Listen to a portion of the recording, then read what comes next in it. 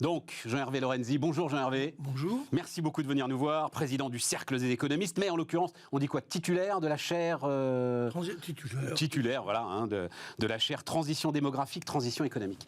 Je vais te faire un aveu. En fait, j'avais lu notamment, c'est dans les Échos qu'il y a eu un point de vue détaillé hein, sur ce que vous appelez une réforme des retraites intelligentes.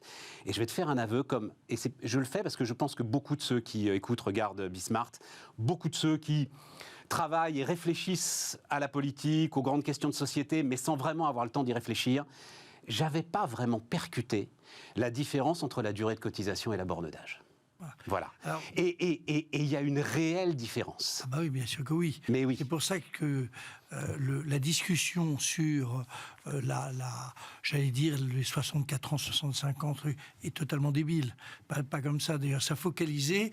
Récemment, le président Macron a perdu sa majorité parce qu'il avait sorti cette histoire de 64, 65 ans. Ce qui compte, ses annuités, évidemment. Alors, on a un double critère qui vient, jouer symboliquement, c'est l'âge de départ légal, mais c'est du symbolique, c'était Mitterrand 60 ans. C'est du symbolique quand c'est 62 ans, parce que les annuités font que tout le monde, de toute façon, est obligé d'aller au-delà de 62 ans. Voilà, oui, je suis d'accord. C'est en ça, au 64, 65, ça change la donne, parce que c'est plus du symbolique pour un gars qui a commencé à bosser à 18 ans. Oui et non, parce que la réalité, c'est que le nombre d'annuités tel qu'il évolue, et qu'il est en fait l'élément deuxième, second, est en fait l'élément clé. C'est là-dessus que ça se joue. Ouais, voilà, c'est ça. C'est pas sur l'âge. Et pour prendre un exemple, dans la discussion, on dit 64 ans. Mais ce qu'a fait Marisol Touraine, c'est 64 ans. Donc, parce que en jouant sur les annuités. Et il se trouve que les Français sont hystériques sur l'histoire de l'âge de départ légal, parce que c'est... Ben oui, mais ils ont raison. Moi, en fait, j'ai découvert, en me penchant sur le truc, on se parle franchement sur Bismart. Basiquement, on va dire, enfin, en ce qui me concerne, allez, tu te classes sans doute, si tu avais à te classer, du côté électeur de droite, donc finances publiques, donc rigueur des finances publiques, donc retraite à 64 ans. Voilà. Ta réflexion, elle est aussi bête que ça. Et je suis d'accord avec toi, à ce stade-là, elle est débile. Elle est débile parce qu'elle touche quelque chose qui, symboliquement, est vécu par les gens comme dramatique. Mitterrand a été élu sur les 60 ans. Il y a eu des réformes. Alors, ce qui est très important à comprendre, c'est que c'est pas si compliqué que ça de faire des réformes. Il y en a déjà eu 4 majeures. Mais... Je veux dire, c'est une illusion. Toutes ces histoires est un immense baratin. Il y a eu 4 réformes, à commencer par Balladur en 93.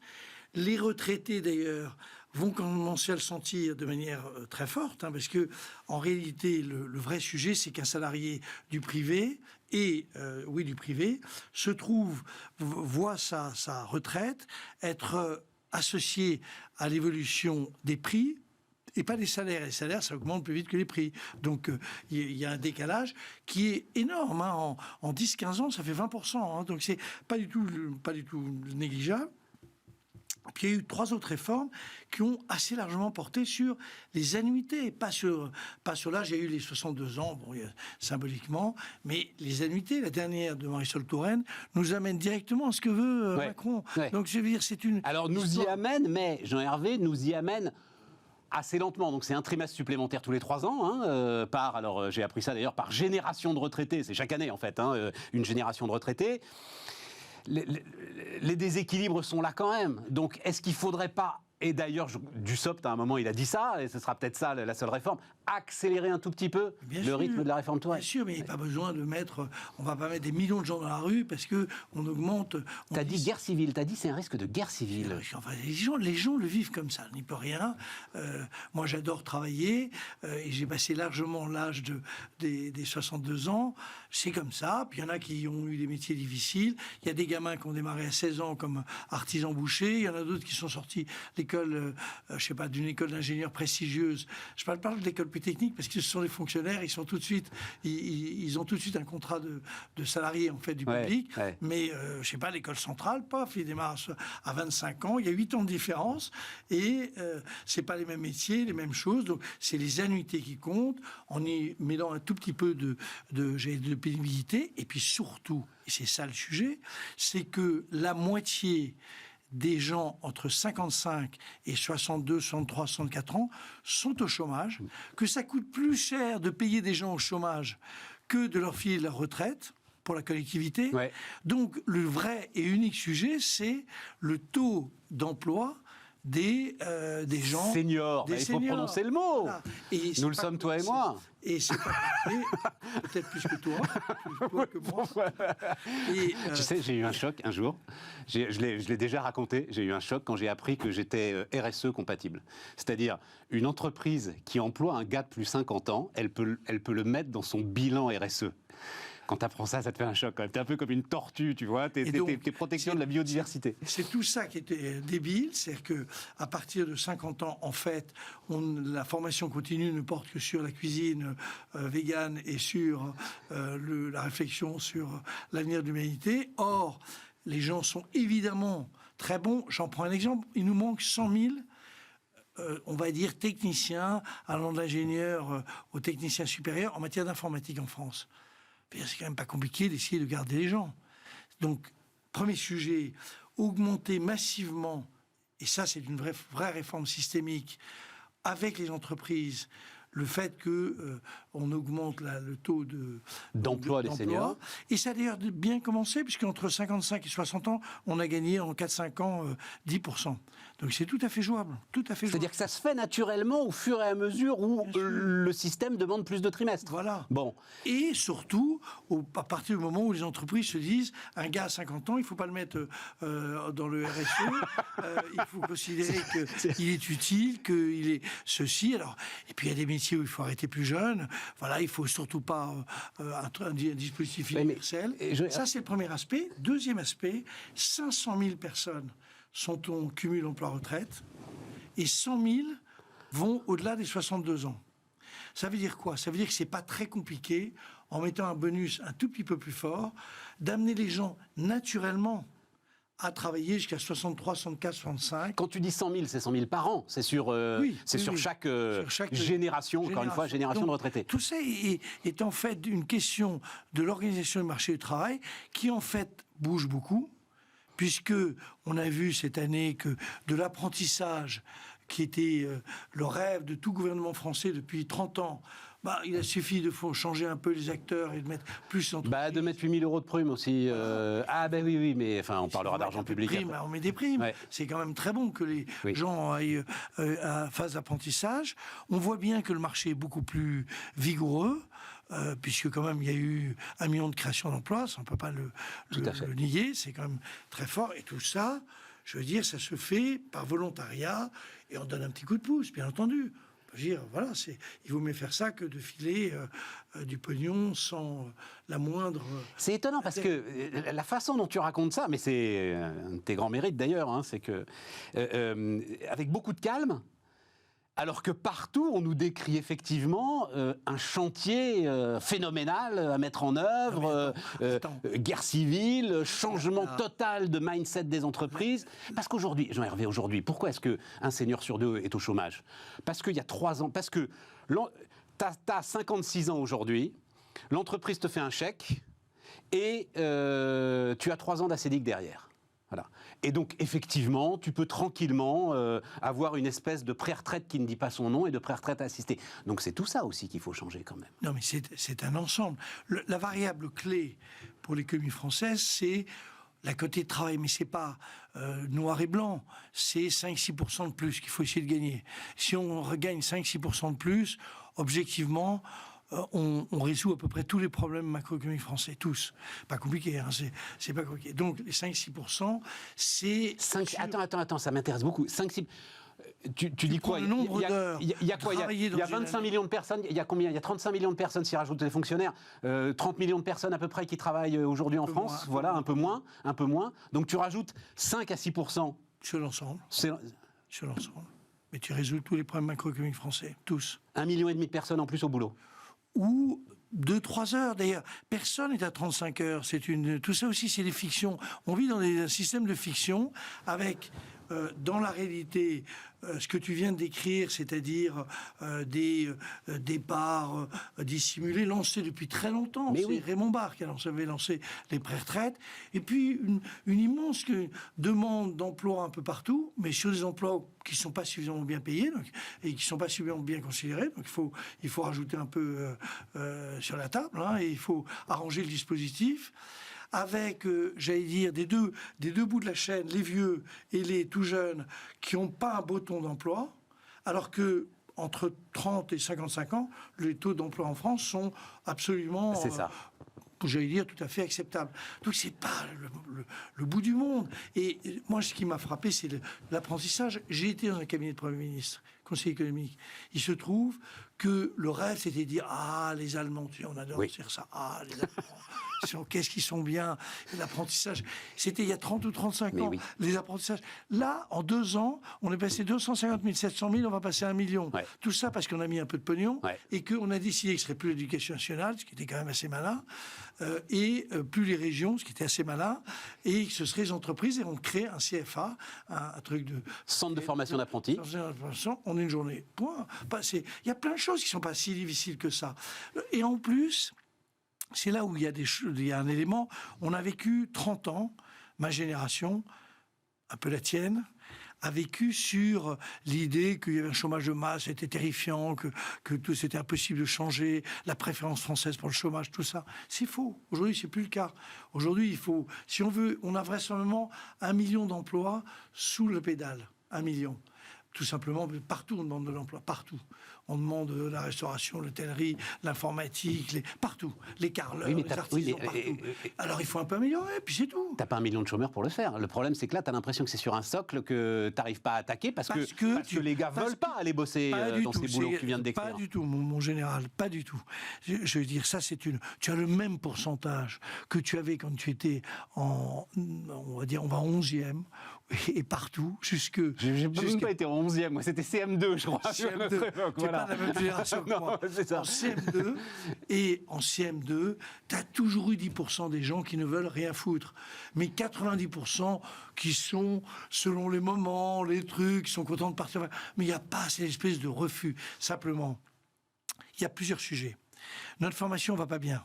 Donc il faut améliorer la formation et notamment la formation continue. On met pas beaucoup d'argent, donc il faut doubler le chiffre de ce qu'on met. Et la réforme Pénicaud, c'est une bonne réforme là-dessus, c'est-à-dire elle commence à porter ses fruits. Mais les résultats sont très bons. Mais oui, d'ailleurs les gens s'en saisissent et il faut recapitaliser d'ailleurs les organismes. On n'est pas dans un tunnel définitivement, c'est pas vrai. Je veux dire, c'est deuxième sujet, logement. Ça, c'est un problème majeur, massif, qui est le trou noir français. L'administration française et le politique français ne peut pas se saisir de ce sujet. C'est incroyable. Sauf faire de l'investissement locatif qui est, avec chaque fois, ça permet, comme a dit quelqu'un très astucieusement, de garder le nom d'un ministre du logement. Oui, voilà, exactement. Voilà, au moins on fait plaisir. Même Madame Duflot y a eu droit, donc c'est dire. Tout le monde, tout le monde. Ouais. Mais moi, je suis prêt à leur redonner le nom, à condition, mais sur des trucs intelligents, on voit bien qu'il y a des tas de problèmes de foncier, que les mairies n'ont pas trop envie, donc il faut, ça se renégocie. S'il faut changer un peu la loi, on va la changer partout. Voilà un endroit, on peut peut-être un peu gratter la plante. Je te suis sur le travail, sur le logement, pour avoir soulevé le capot. On ne résoudra pas les problèmes français si on ne résout pas le problème du logement. C'est clair. Tu as le logement. Et donc, tout simplement parce qu'un gamin peut pas. À la fin, tu retires le permis de construire au maire, tu le files au préfet, tu fais grande cause nationale, et emballer c'est peser, et sur 10 ans, on construit ce qu'il faut construire. Mais monsieur, T'es d'accord avec ça ? Je suis pas plus que d'accord, je te nomme ministre du logement immédiatement. Ouais, mais on me dit que ça aussi, ça crée la guerre civile en fait. Si tu retires le permis de construire au maire, si tu imposes de force aux gens dans les communes, vous allez avoir un immeuble là et tout le monde se tait, Non. Alors tu peux le faire astucieusement, tu donnes un peu plus de rôle aux préfets qui vont retrouver un rôle, ou je sais pas quoi, au DDE, ex-DDE. Enfin, moi je suis. Regarde l'histoire, ce qui s'est passé pour l'apprentissage. Tu avais à la fois l'éducation nationale et les régions qui étaient. Tu as raison. Et ça s'est réglé. Je veux dire, Mais tu sais à quoi ça me fait penser, je pense à ce truc-là en ce moment, c'est l'espèce de... Depuis qu'on est rentré en crise politique, on peut le dire, c'est le rêve libéral.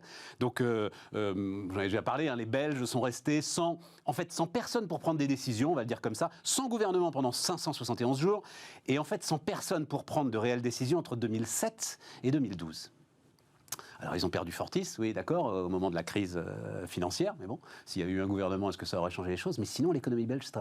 Et la façon dont tu décris, en fait, des réformes simples, sans effet de manche, sans grandes réunions, colloques, Grenelle de je ne sais quoi, cahiers de doléances, etc. Juste une administration intelligente qui avance tranquillement, ça fait envie quand même. Oui, puis je veux dire, tu vois, la première réforme des retraites du quinquennat précédent, Ouais. À la fin, je cite pas de nom, mais les gens en charge, ils comprenaient même pas ce qu'ils racontaient. C'était tellement compliqué. Tu imagines, on mettait tout le monde, les notaires, les bouchers, les trucs, les avocats, tout le monde dans le même sac. Enfin, évidemment que ça pouvait pas marcher. Et d'ailleurs, c'était incroyablement compliqué à expliquer. Et quand tu vois bien, ça m'avait amusé parce que les pharmaciens, par exemple, ils ont un fonds de pension. Qu'ils ont le droit de faire. Et je veux dire, évidemment que tu touches pas où.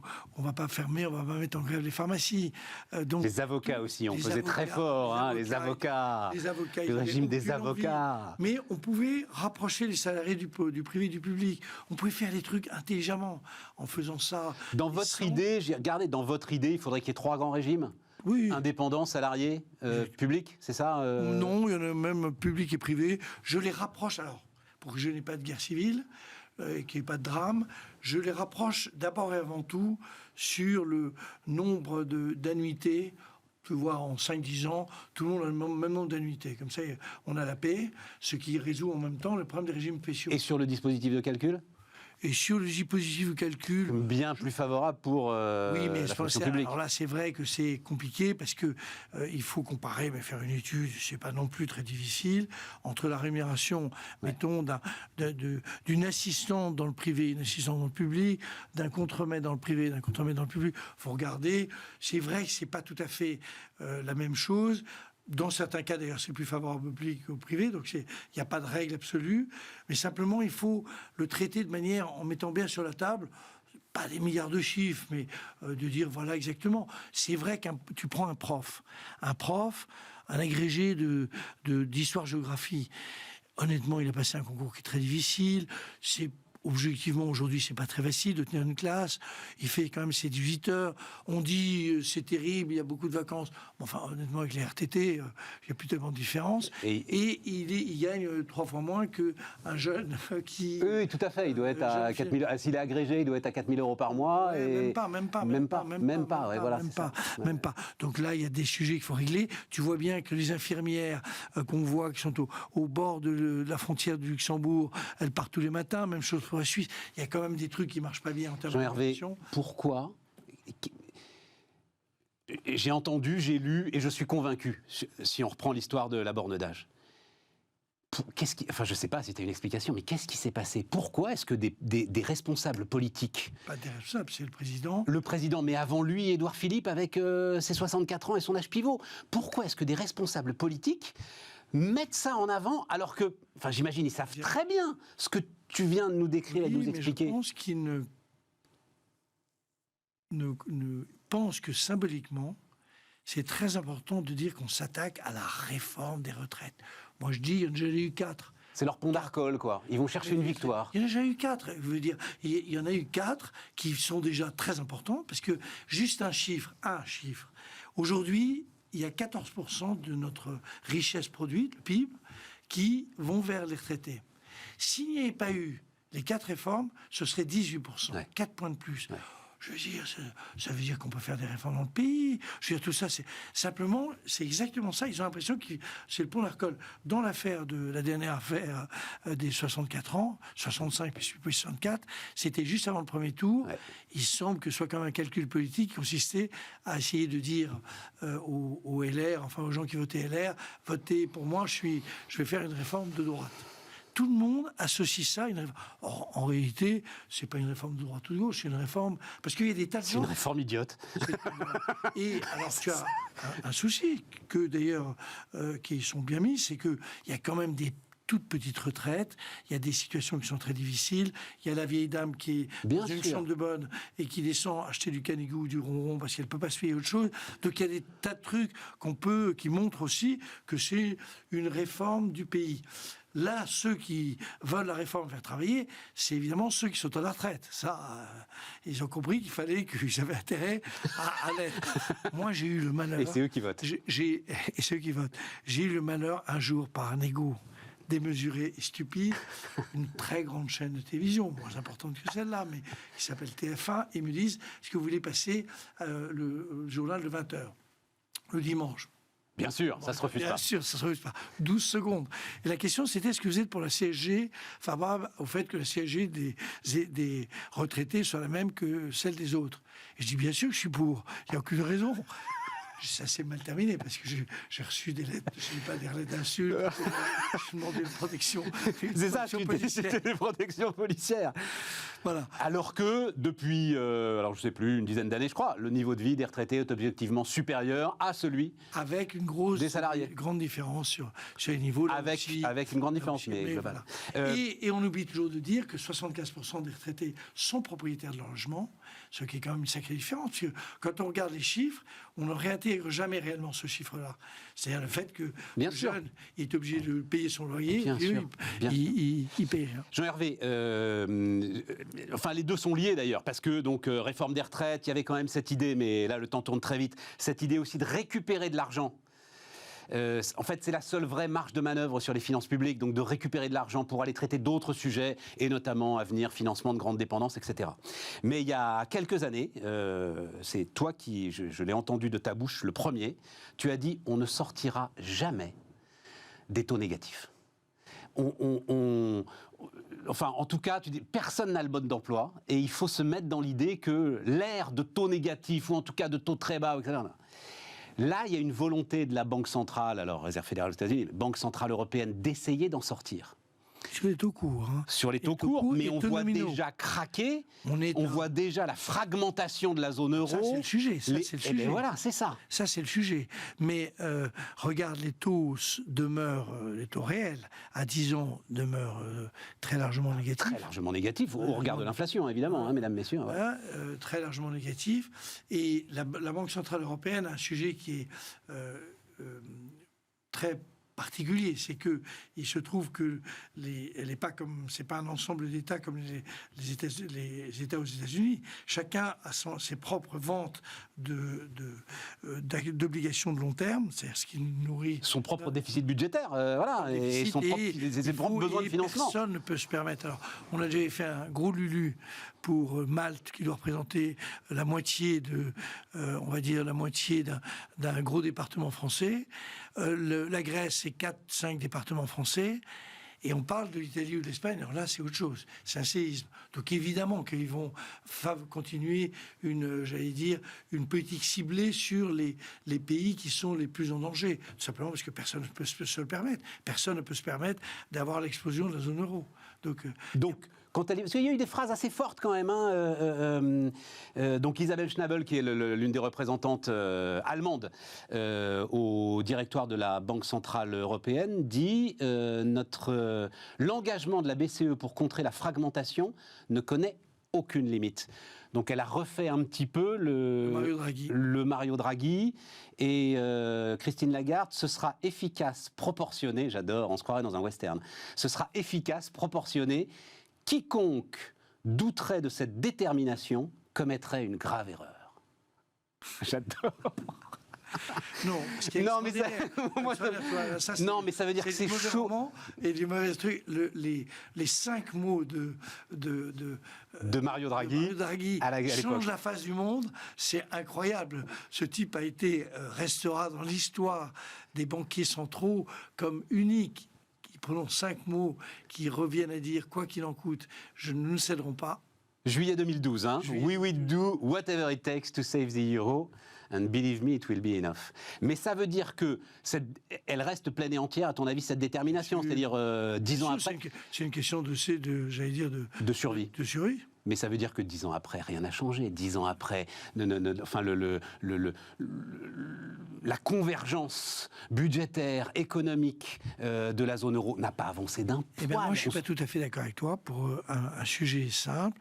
Je pense que nos amis allemands, qui ont été le modèle absolu à partir de la réunification, hein, ça a beaucoup joué. Tout à fait. La réunification, aujourd'hui, sont dans une position qui est beaucoup moins favorable que elle ne l'était il y a simplement... En 2012, il y a 10 ans. En 2012, et quand Mme Merkel, on m'avait raconté ça, réunissait les chefs d'État, et c'était la maîtresse d'école qui expliquait ce qu'il fallait faire. C'est tout juste s'il n'y avait pas une règle pour taper sur le doigt des gens. En réalité, aujourd'hui, on est dans une situation qui est extrêmement compliquée. La politique énergétique allemande apparaît comme une erreur tragique pour ce pays. La réalité de la croissance n'est pas fabuleuse. Ils ont un taux d'inflation très important. Madame Schnabel joue son Mario Draghi. Ouais. Bon, on est dans un monde qui change. Non, ça a changé. Je pense que la convergence politique de la pensée et la perception qu'on est dans un monde qui se termine et que celui qui arrive est beaucoup plus compliqué pour tout le monde. Ça, je pense que les gens l'ont en tête, la Chine, les États-Unis, tout à fait. que tout ça est beaucoup plus compliqué, qu'il faut se calmer, il ne faut pas jouer les maîtres d'école trop rapidement. Et donc, on va bien voir ce qui se passe, mais je pense que... Mais tu penses qu'on peut sortir de tout ça plus fort? On l'a vu, l'émission de dette commune au moment du Covid. Là, par exemple, on n'en voit pas du tout la perspective pour essayer de contrer ce qui est en train de se passer. Tout dépend. La réalité, c'est que on est dans une crise exogène. C'est-à-dire que l'inflation, elle n'est pas venue de la quantité de monnaie, elle vient du fait que des prix sont liés à la rareté, à toute une série de phénomènes qui ne sont pas uniquement la guerre en Ukraine, mais des phénomènes réels. Et donc, la lutte contre l'inflation supposée ne peut venir que du ralentissement de la demande. Le ralentissement de la demande, c'est un jeu dangereux, parce qu'elle peut conduire doucement à une récession mondiale. Et moi, j'aime bien les récessions, mais... je trouve que c'est toujours dangereux de jouer avec ça. C'est comme ceux qui disent qu'il faut aller faire la guerre à la Russie. Je rappelle que c'est une vieille expérience, mais ça s'amène toujours de la même manière. Il y a des millions de jeunes qui meurent, et 4-5 ans après, on se dit, mais ça servait à quoi en 2019, 2020, 1919, 1920 quoi ça servait tout ça. Oui, puis donc, attention à tout ça. Et donc, je trouve que Jérôme Powell, y compris hier soir, a poussé le bouchon un peu loin. Je ne suis pas sûr que, en réalité, on ne soit pas dans un jeu extrêmement dangereux. Et que... En fait, on entend, pour être clair, j'ai entendu ça, on en a parlé ici, il y aurait nécessité de provoquer une récession pour être sûr de casser l'inflation, en fait. C'est ça que tu décris, Jean-Hervé. Et toi, tu dis non, ne jouons pas ce jeu-là. C'est beaucoup trop dangereux. C'est un jeu qui est... Là, parce que la récession, c'est bien gentil, mais on en sort comment? Et comme ça signifie faire ce qu'on a fait en 2009, 2010, c'est-à-dire brutalement remettre des liquidités, inventer une nouvelle politique, et ça, on le fait le mois suivant, on va m'expliquer quelle est la logique de tout ça. Hein. Moi, je pense qu'il faut garder son calme. Je veux dire, l'inflation, elle est...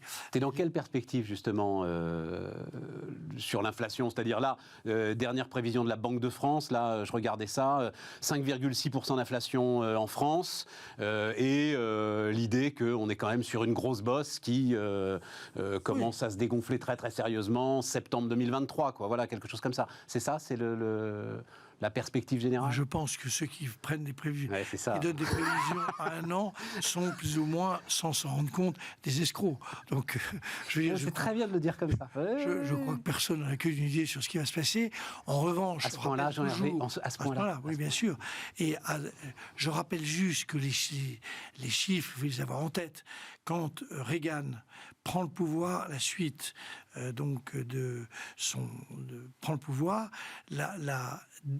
l'inflation aux États-Unis est de l'ordre de 15%. Donc nous avons vécu, ma génération a vécu, jeune, dans la période jeune, avec de l'inflation qui était 12-13%, Oui. c'était pas bien. Oui. C'est pas un bon dispositif. Non. Mais je veux dire, 5%, c'est pas non plus la fin du monde. Donc moi je trouve que dans tous ces domaines-là, on est très agité pour des situations qui sont très nouvelles, sur lesquelles on est en plein brouillard intellectuel, on n'a pas la moindre idée de la manière dont les choses peuvent se dérouler, et donc je crois qu'il faut bien attendre, bien regarder les sujets. Moi, ça me va qu'on augmente un peu d'un demi-point, de 50 points de base. Ça ne me gêne pas. Et puis on dit, on va voir, mais là, tout de suite, on va sortir de nouveau. C'est très dangereux. Des bazookas et des choses comme ça, là, c'est ça. Très dangereux. Très dangereux. Et, dernière question, il faut continuer à... Parce qu'on est quand même sur... Ça, enfin bon, j'ai aussi beaucoup dit, c'est un des paradoxes les plus dingues pour moi de cette élection et de cette séquence législative, c'est qu'on parle pouvoir d'achat, on a dépensé depuis 6 mois peut-être 45 à 50 milliards d'euros en bouclier énergétique, chèques divers et variés. Personne ne s'en est rendu compte. Et il faut continuer ça c'est de la... Il faut de la dépense. il faut le localiser, calibrer par rapport aux gens. Je veux dire, moi, j'ai pas besoin qu'on me On est d'accord. Voilà, point. Donc, mais il faut quand même continuer sur une part. Parce que en réalité, sur l'agroalimentaire, des trucs comme ça, tu as 10%, et 10% pour quelqu'un qui a 1500 euros, c'est le jour et la nuit. Donc c'est très important. Non, il faut essayer de limiter ça, avoir une petite... Partout, avoir des... Calme, pondéré, mais oui, c'est ça. Et pas sortir des déclarations qui mettent le feu. Des effets de manche. Que c'est la fin du monde, etc. Je pense qu'on a connu bien pire. Merci Jean-Hervé Lorenzi. Merci beaucoup de nous avoir accompagnés et on continue Bismarck.